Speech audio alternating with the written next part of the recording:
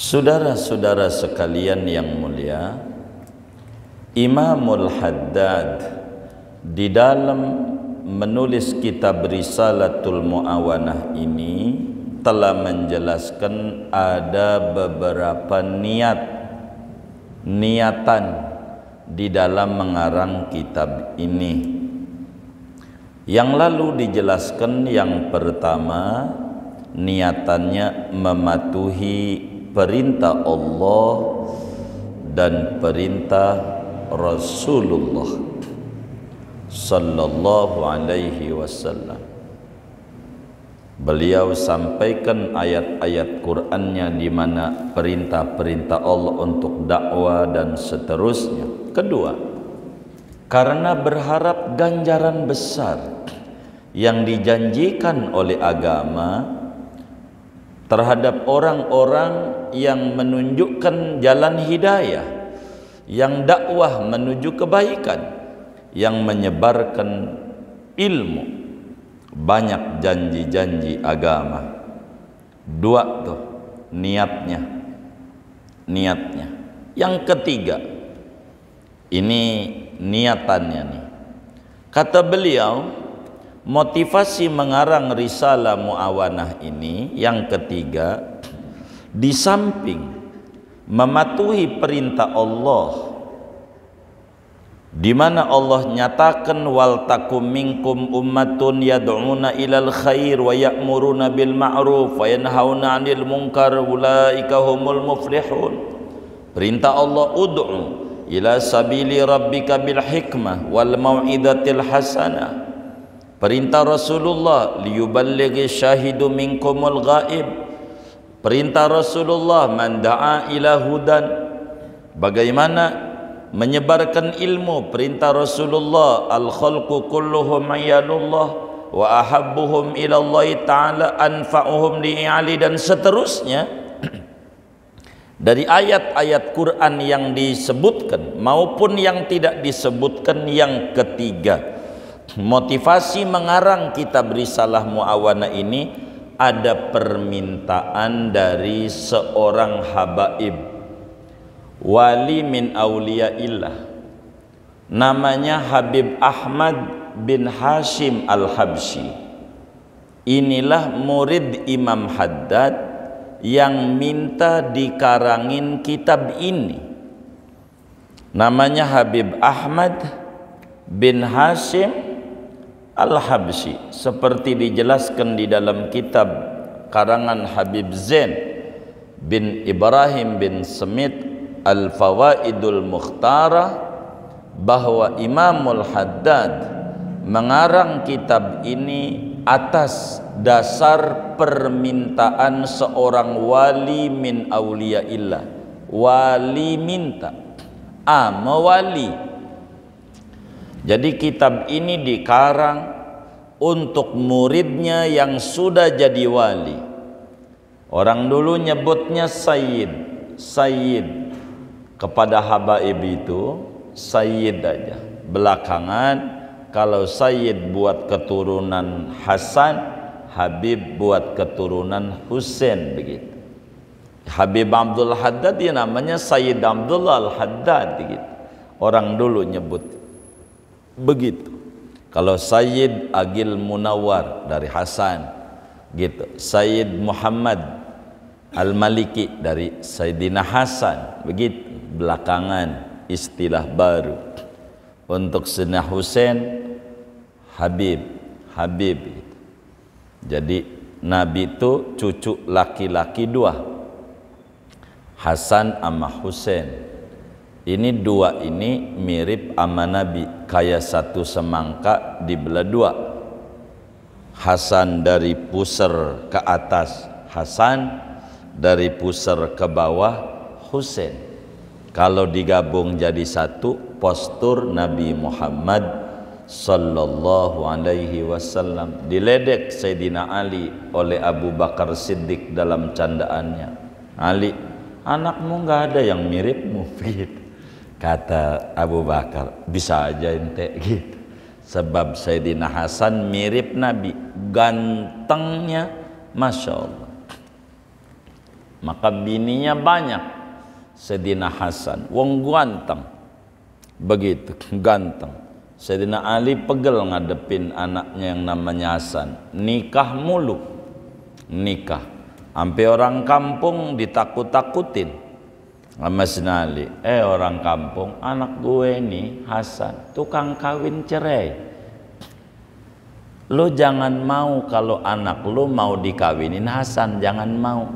Orang kampung jawab, kagak, kalau gua masih ada aja anak perempuan gua kawinin biar jadi cucunya Nabi. Masalahnya mantu cucu juga kan mulia juga.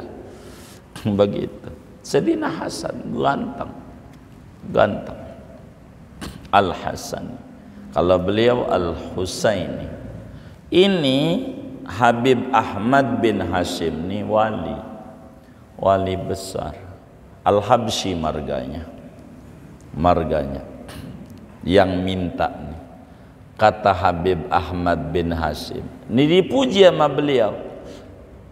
Sifatnya yang namanya Habib Ahmad bin Hashim ini shadiqin fil iradah. Dia tulus di dalam keinginan menapaki jalan-jalan sufi, pengen jadi murid. Jadi ada Syekhul Mursyid, ada murid. Murid di bawah murid ada salik. Salik dan murid tinggian murid. Salik itu adalah as-sair ilallah, al-mashi alal maqamat bihalih la biilmih. Yang namanya salik, orang yang berjalan menuju Allah, menapaki makom-makom sufi. Satu makom taubat lulus, makom ini dengan sikap hidupnya, bukan dengan ilmunya, bukan pengetahuan, harus tirakat menapaki satu makom demi makom daripada makom-makom sufi. Itu namanya salik. Kalau udah tulus benar namanya murid. Begitu. Udah emang dia mau dekat dengan Allah, iradatnya udah mengikuti Allah, udah. Itu udah murid. Kalau salik kadang masih goyang-goyang. Salik masih hal, belum makom. Hal tuh berubah-berubah, makom nggak berubah-berubah. Bedanya hal dan makom. Kayak kita ngaji tuh, ngaji kita ini apakah sudah jadi hal, apakah sudah jadi makom, dilihat. Begitu. Kalau lagi puyeng-puyeng ngaji, tenang kagak ngaji, namanya belum makom ta'lum, belum makom, masih hal. Kalau hal mau berubah, kalau makom kata orang Betawi junun, udah jejak, enggak berubah. Begitu. Habib Ahmad bin Hashim Al-Habsyi dibilang shadiqin fil iradah. Ini orang ini tulus, Habib ini pengen dekat dengan Allah, tulus. Begitu.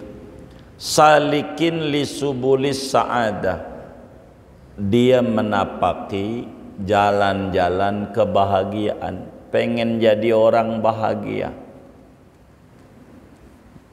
Orang kalau pengen bahagia itu harus masuk dunia sufi, baru bahagia. Kalau enggak bakalnya repot. Begitu, hidupnya enggak bahagia. Sufi itu konsennya sama hati, orang sufi lebih daripada urusan syariat. Udah lulus, dia masuk pada dunia tarekat. Begitu. Jadi syariatnya udah. Kalau belum belajar, ndak boleh masuk tarekat.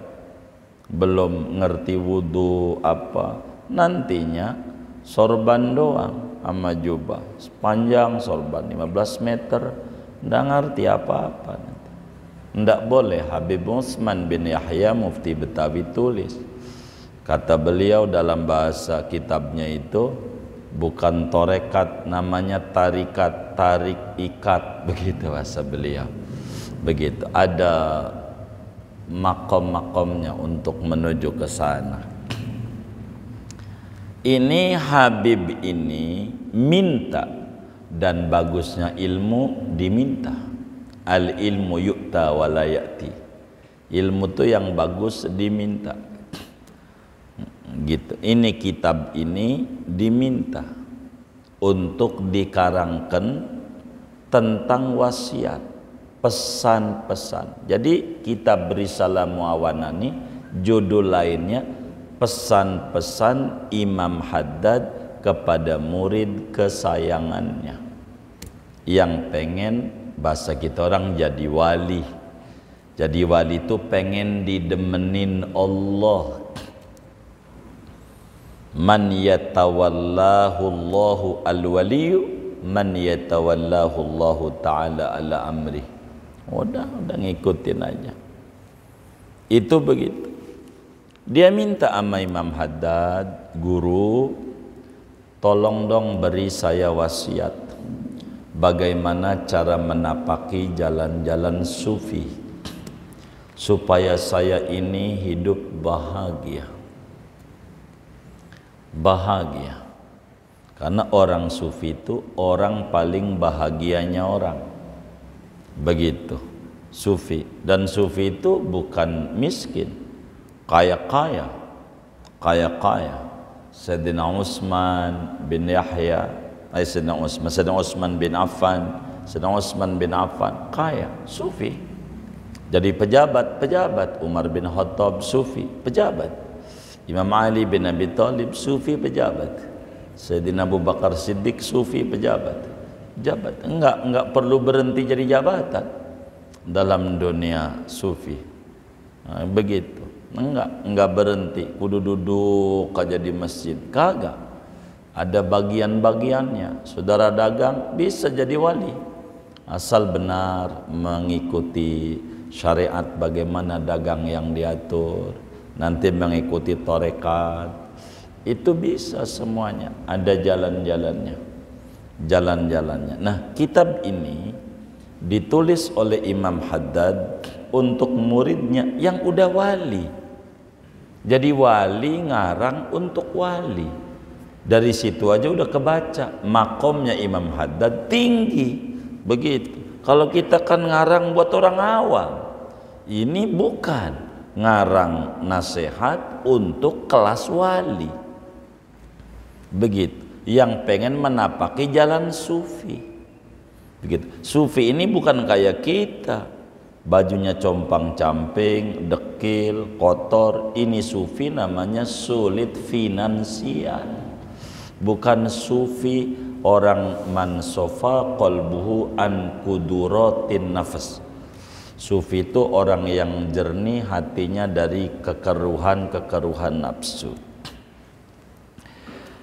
Kata muridnya, guru, tolong dong beri saya pesan-pesan bagaimana cara menapaki jalan supaya saya bisa seperti para salaf, enggak keluar dari tarekat salaf.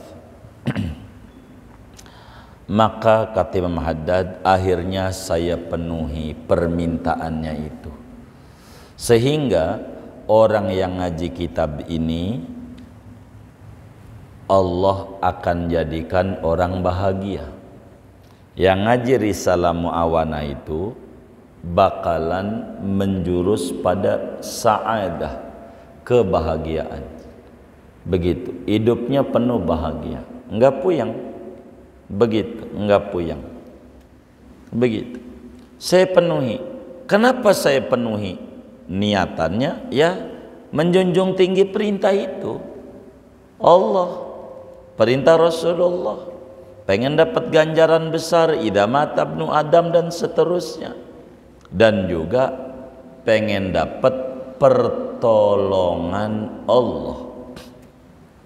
Sebab apa? Sebab Nabi Muhammad sallallahu alaihi wa alihi wasallam dalam hadis yang diriwayatkan oleh Imamul Bukhari di dalam Sahihul Bukhari, juga oleh Imam Muslim di dalam Sahih Muslim, dari sahabat Nabi yang syadidut ta'assi bi Rasulillah, yang luar biasa mentelawadani Nabi, apanya aja pengen nyontoh Nabi. Sayyidina Abdullah bin Umar bin Khattab, anak Sayyidina Umar. Ibnu Umar menyampaikan hadis ini bahwa Rasulullah sallallahu alaihi wasallam bersabda begitu.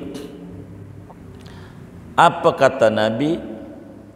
Man kana fi hajati akhihi kana Allah fi hajati. Siapa orang yang membantu hajat orang lain, kebutuhan orang lain, maka Allah bakal bantu kebutuhan dia. Ini ada orang namanya Ahmad bin Hashim Al-Habsyi. Dia butuh ama wasiat, ama nasihat, ama pesan-pesan suluk, pesan-pesan sufi. Lalu dibantu. Harapannya kata Imam Haddad, biar Allah bantu ana dengan ana bantu orang lain. Nabi sampaikan, wallahu fi aunil abdi maka al abdu fi auni akhi. Allah itu akan bantu hambanya selama si hamba membantu orang lain. Jadi kalau kita pengen dibantu Allah, jadilah kita pelayan Allah untuk orang lain sebisa kita. Orang minta bantuan, yang kita bisa bantu, bantu. Yang kita bisa bantu. Berharap apa? Berharap ma'unatullah, bantuan Allah. Begitu. Kalau kita bantu, dibantu sama Allah. Lihat tuh Bintaro Jaya, itu bantu Allah. Bagaimana kasih orang lewat jalanan buat lewat tuh, Geraha Raya segala macam, Tangerang Selatan, kalau nggak ada pengembang belum maju bisa jadi. Kalau ngandelin kas daerah itu pengembang, kasih bantu buat orang lewat, jadi motong cepet, bantu. Karena ngebantu, dibantu lagi sama Allah. Jualan rumahnya laku, jadi rumah dibeli. Karena pengen bantu orang. Bantu orang. Kita juga begitu niatnya. Pokoknya apa aja niatnya membantu. Kalau niatnya membantu, bakal dibantu sama Allah. Udah begitu membantu. Jadi bagaimana kita harus jadi pelayan Allah. Nah ini Imam Haddad membantu hamba Allah yang pengen suluk, berharap dapat maunah dari Allah, dapat bantuan dari Allah. Kalau membantu akan dibantu. Kita nikah, asal niatnya lurus dengan menikah, niatnya mau ngurusin orang, mau ngasih nafkah kepada orang, niatnya kepada hamba Allah, dikasih gampang jalan rezekinya, ada jalannya. Maka janji Allah, iyakunu fuqara'a yughnihimullahu min fadli. Kalau susah, Allah kasih kecukupan rezeki dengan nikah. Tuh begitu niatnya, membantu orang. Jadi menyempurnakan kekurangan orang lain dengan kelebihan yang kita punya. Itu begitu. Jadi rumus hidup, Allah nolongin kita asal kita punya pikiran pengen nolongin orang lain. Begitu. Kalau kita pikirannya pengen ditolong Allah doang, tapi tidak ada kontribusi buat orang lain, maka berat. Allah enggak mau nolong kita kalau enggak ada membantu orang lain. Kita bujangan gitu, enggak menikah, enggak bakal dikasih rezeki sama Allah buat beli sendok, garpu, panci, enggak dikasih. Karena nggak ada yang dibantu. Udah makan GoFood aja udah jadi, nggak perlu panci. Kalau niat membantu orang lain, dibantu sama Allah. Itu begitu. Maka hidup itu bahasa kita orang bermanfaat. Makanya Imam Haddad itu gelarnya Ghausul Ibad, tukang nolongin hamba-hamba Allah. Bukan aja yang awam, yang wali minta tolong, ditolongin. Imam Haddad. Dari sini kita bisa ukur betapa tingginya kita berisalah muawanah dari sisi yang ngarang wali, yang minta dikarangin wali. Begitu, wali. Dan kita demen ngaji kitab ini, demen baca nasihatnya dikit demi dikit, enak nasihat Imam Haddad. Dan nasihatnya ngobrol, engkau kudu, engkau. Jadi kayak kita diajak ngobrol sama Imam Haddad, duduk berdua. Karena kan Imam Haddad buta dari kecil, jadi ngomong aja. Kalau kita kan kudu kebet-kebet dulu, nyari dulu naskah ke perpustakaan, baca dulu datu di perpus, mau skripsi, tesis, disertasi, baca dulu, ntar ngopi. Loh, kalau begini buta mau kemana dia, mau baca-bacanya apa yang mau dibaca? Ilmunya dari hati, ngomong aja, dicatat sama muridnya nih, apa yang diomongin tuh. Jadi kitab ini ini yang ngomong orang buta, ngoceh aja, ngobrol. Begitu. Ini bukan kongres, kongko-kongko, ora beres-beres. Bukan, ini benar. Ini ngomong, dicatat. Kalam-kalamnya. Begini, kalau pengen tinggi derajatnya begini. Coba, setebel itu. Kita aja ngaji udah berapa bulan, belum tamat-tamat nih, mukadimah aja belum.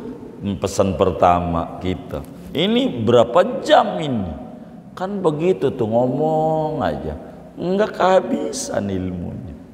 Enggak.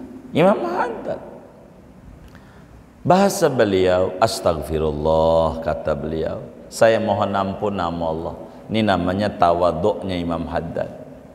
Kata beliau, saya enggak ngata, niat saya ini menjunjung tinggi perintah Allah, menjunjung tinggi perintah Rasulullah, pengen dapat ganjaran, pengen dapat pertolongan Allah, nolongin hamba Allah, pengen ditulis wasiat. Saya secara jujur, namanya juga manusia. Bahasa tawaduknya beliau, bahwa niat ngarang kitab ini bukan saja niat yang bagus-bagus tadi, enggak juga. Bagaimana tidak, orang saya tahu namanya manusia ada syahwat, ada keinginan, bisa orang tuh ria, bisa orang tuh ini. Ini tawaduk beliau, wali. Begitu. Bahasa beliau tuh begitu. Kenapa? Namanya manusia ada syahwat, syahwat yang tersembunyi. Begitu, ada keinginan nafsu, ada muatan dunia. Bisa aja saya ada, namanya juga saya manusia. Walaupun yang saya bilang nih niatnya baik, itu kan yang diungkap, kata beliau nih tawaduknya. Saya kan ada nafsu, padahal wali. Karena itu wa ma ubarri'u nafsi innan nafsal ammaratum bisu illa ma rahima rabbi. Ada nafsu. Kita orang ini menuju kepada Allah aja ada nafsu. Nafsu itu ada 7. Ada 7 nafsu. Dan ini penghalang kita dekat sama Allah. Pertama namanya nafsu ammarah. Ini kudu dilolos nih. Lolos. ada caranya bagaimana supaya lolos dari nafsu ammarah. Begitu, malas ibadah segala macam begitu. Ini adanya di nafsu ammarah. Dari nafsu ammarah lolos, masih harus dibuka lagi tabir itu. Namanya nafsu lawamah. Lawamah itu nafsu. Dari nafsu lawamah nyesel biasa. Nanti ada nafsu namanya mulhimah. Itu dirobek lagi tuh, disilakin, diurai. Nafsu namanya mulhimah. Mulai rada benar. Udah ada ilham, ngasih bisikan baik. Dari mulhimah keempat namanya nafsu mutmainnah. Ini baru 4. Di 4 ini baru kita jejak, baru menapaki tahap awal dunia sufi. Kalau bahasa Betawinya baru dilatar Tuhan, baru dilatar di halaman, belum, baru balik. Bahasa Al-Quran, ya ayyatuhan nafsul mutmainnah irji'i ila rabbik. Baru rujuk ila Allah, baru balik ke Allah. Kalau di mutmainnah belum, masih dasar. 4 dasar. Jadi ibarat kata sekolah dari mulai SD, SMP, SMA tuh, dari kan TK, SD, SMP, SMA 4. Kalau kita udah SMA tuh udah ada tuh tahapannya. Baru dia naik daripada mutmainnah. Kalau terus suluknya nanti namanya kamilah. Kamilah kelimanya. Kamilah terus radiyah. Begitu. Mardiyah. Udah. Tapi tetap dari semua nafsu ini harus diwaspadai. Ada 7. Amarah, lawamah, mulhimah, mutmainnah, salah ya, radiyah, mardiyah, kamilah. Kamilah ke-7 dong. Kamilah, radiyah, mardiyah, kamilah. Udah kalau sudah kamilah, udah tuh badannya nurut sama Allah. Kalau udah begitu syakur. Kalau dapat musibah, alhamdulillah. Udah alhamdulillah. Kita mau belum nggak paham dalam musibah tuh. Udah kelas tinggi nafsu. Ini nih kata Imam Haddad, saya tidak menafikan, emang niat saya baik, tapi kan bisa aja terselip pada diri saya niat-niat duniawi karena ada nafsu. Quran udah bilang wa ma ubarri'u nafsi. Nabi Yusuf kan begitu. Inna nafsa la ammaratum bisu. Menyuruh yang buruk-buruk. Illa ma rahima rabbi. Dan nafsu ini musuh. Musuh yang paling berat tuh yang di depan cermin. Kalau kita ngaca, yang di kaca itu tuh musuh kita. Omelin, loh ini gitu, diajak ngomong. Namanya tajrid dalam dunia sufi. Lo ini bagaimana ya? Lo minta ke Anyer, gua anterin. Lo minta ke puncak, gua temenin. Lo minta ke Guci, gua temenin. Ngapa gua pengen baca Quran, lo kurang mau? Alasannya ngantuk lah, nguap lah. Lo ini sebenarnya temen apa bukan? Diajak ngomong. Nafsu namanya taubih. Diajak ngomong. Nafsu kita begitu. Nafsu kita. Sebab nafsu ini musuh. Imam Ghazali di dalam Minhajul Abidin paparkan tingkatan-tingkatannya itu. Nafsu ini musuh. Musuh yang paling berat bukan di luar, dari dalam diri. Itu musuh, itu yang paling berat. Betapa ada orang mau sedekah jeruk buat saudaranya, udah dipisahin tuh jeruk di plastik, ada 10 buat saudara saya 10. Kata dia, balik artinya, kayaknya kebanyakan, kalau 10 ambil lagi 2, kayaknya kalau 8 dikit ya, taruh lagi 1, begitu. Ntar udah diikat lagi, kayaknya 9 kebanyakan dah, ambil 2 lagi, kayaknya dikit, taruh lagi. Bisa begitu, itu namanya nafsu. Bisa ngegoyang-goyangin kita, goyang-goyangin diri. Begitu. Kalau lagi sakit, pokoknya kalau sehat, saya mau ke masjid ya Rob. Udah sehat mah, mancing lagi. Nafsu tuh begitu, pinter banget, dorong-dorongin kita, ngerayu-rayu Allah. Itu kita harus kenalin. Di kelas mana ini nafsu? Enak orang Jakarta Barat, dekat ada Muallim Bunyamin, minta arahan, minta tarbiyah, nafsu, lolosin nafsu. Karena orang-orang Syadiliyah itu beda dengan orang-orang Qadiriyah. Kalau orang Syadiliyah mujahadah dulu baru masuk torekat. Kalau orang-orang Qadiriyah torekat dulu baru mujahadah. Makanya kata Imam Abul Hasan Asyadili yang disalahartikan oleh banyak orang, bidayatuna nihayatu tariqati Syekh Abdul Qadir Al-Jilani. Kalau di kami tarekat Syadiliyah kelas SD, tapi di Syekh Abdul Qadir Jilani kelas doktor, kelas akhir gitu. Kalau di kami SD, kalau di Syekh Abdul Qadir doktor, kelas puncak.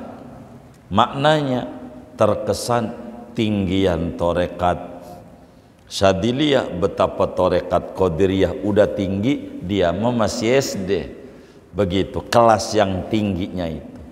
Makanya kata Sayyid Ahmad Zaini Dahlan dalam kitabnya Taqribul Usul di Ma'rifatillahi wa Rasul, bukan begitu.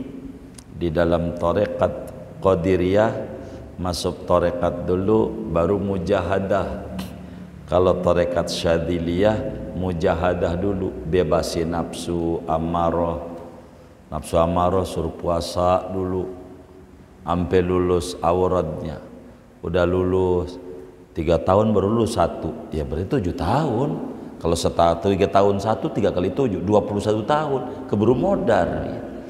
Ya tergantung perjalanan ruhaninya. Nanti guru, udah selesai guru, kata gurunya, ini belum lulus, baru lolos, ulang lagi. Masih di tahap 1, lulus nafsu amarah, ntar dinaikin nafsu lawamah. Ente bayar itu dalam dunia tarekat Syadiliyah. Karena kan Muallim Bunyamin tarekatnya Syadiliyah, jadi mesti kalau ngadep minta begitu, mesti bakal diajarin mujahadah dulu, nebus nafsu, nebus nafsu. Suruh puasa, waduh nggak kuat saya mau kuatnya saumud dahar, yang saum dahar mudahar. Ini waduh nggak masuk torekat kalau ya, puasa begitu.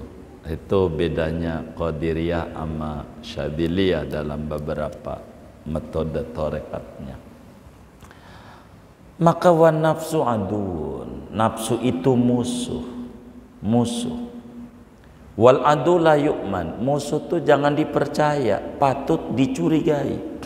Bahkan kata Rasulullah sallallahu alaihi wasallam dalam hadis riwayat daripada Imamul Baihaqi di dalam kitab Syu'abul Imannya, kata Nabi, a'da aduwika nafsukallati baina jambaika. Musuh terbesarmu nafsumu. Jadi orang itu yang paling dibutuhi olah jiwa. Jiwa ini dulu nih, biar kita mengenali, biar kita fokus aman diri kita. Kalau mengenali jiwa enak. Nanti dibilangin, bang, abang ini diomongin orang di belakang. Bagus, berarti saya udah di depan. Kan diomongnya di belakang. Begitu, berarti saya udah di depan. Kalau diomongin di depan, saya di belakang. Karena kalau diomongin di belakang, berarti saya di depan. Alhamdulillah. Begitu. Abang ini direndahin. Bagus, berarti sudah tinggi. Nggak mungkin kalau tinggi, kalau rendah direndahin. Yang direndahinmu yang tinggi, berarti sudah tinggi, cakep. Aduh, ini diomonginnya susah. Susah gimana? Ini gimana orang begitu? Itu cakep. Keburukan kita aja dia perhatiin, apalagi kebaikan. Kan cakep ini. Udah diolah jiwa. Kalau kita kurang ajar ini orang. Begitu kalau kita. Emang kelas kita belum, masih lolos. Begitu. Nafsu adalah musuh besar.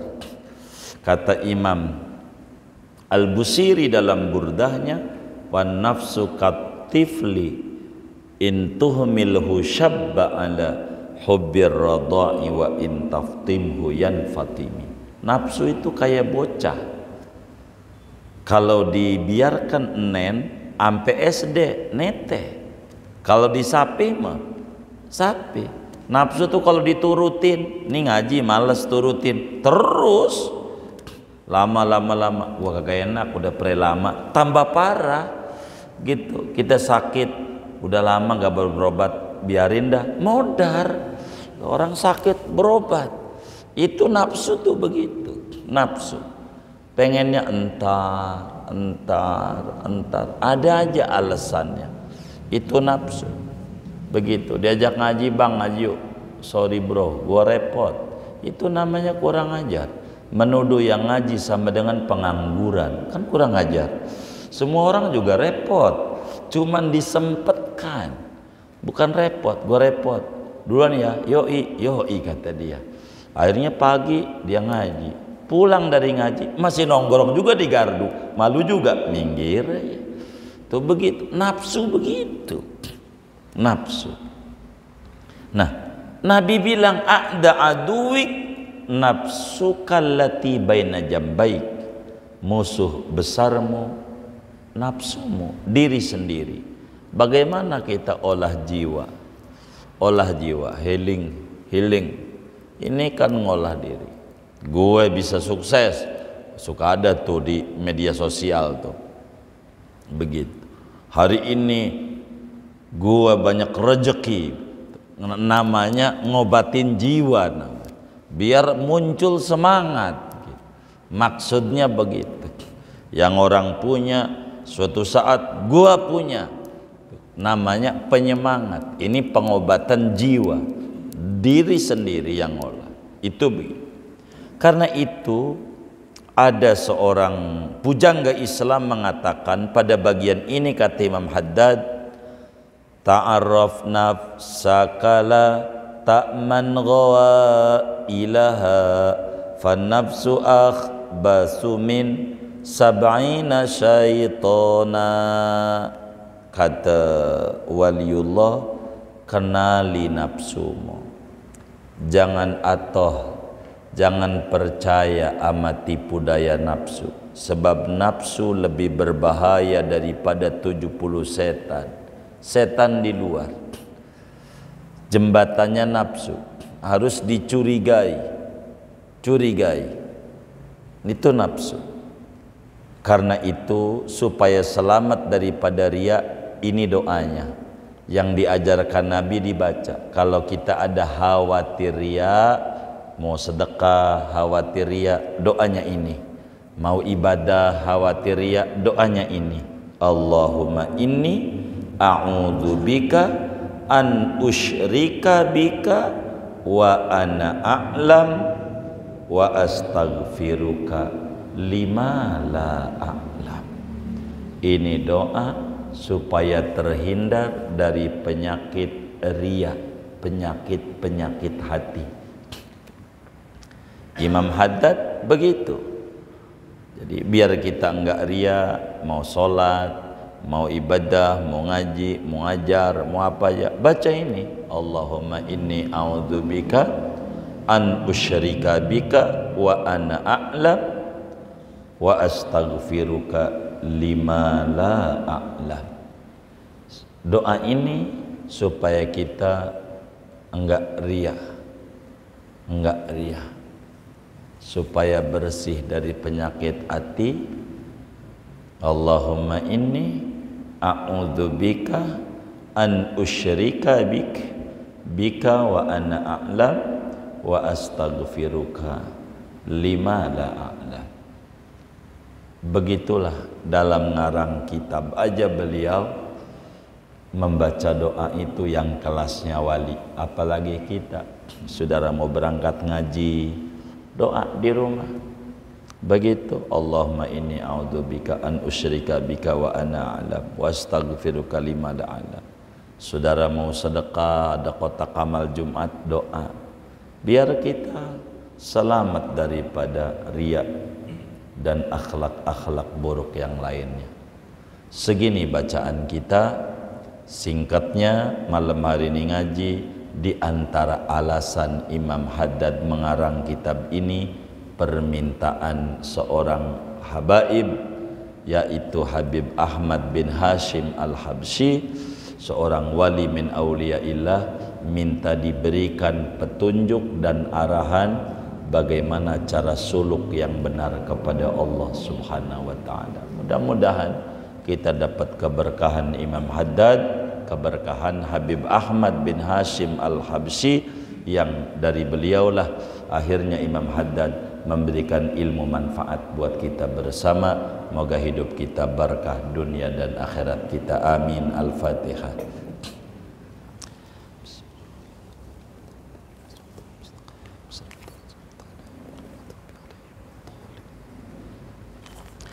Kita baca Fatihah. Ini ada infak atas nama Majelis Ghausul Ibad Kampung Baru berkenaan dengan acara Maulid tanggal 15 Januari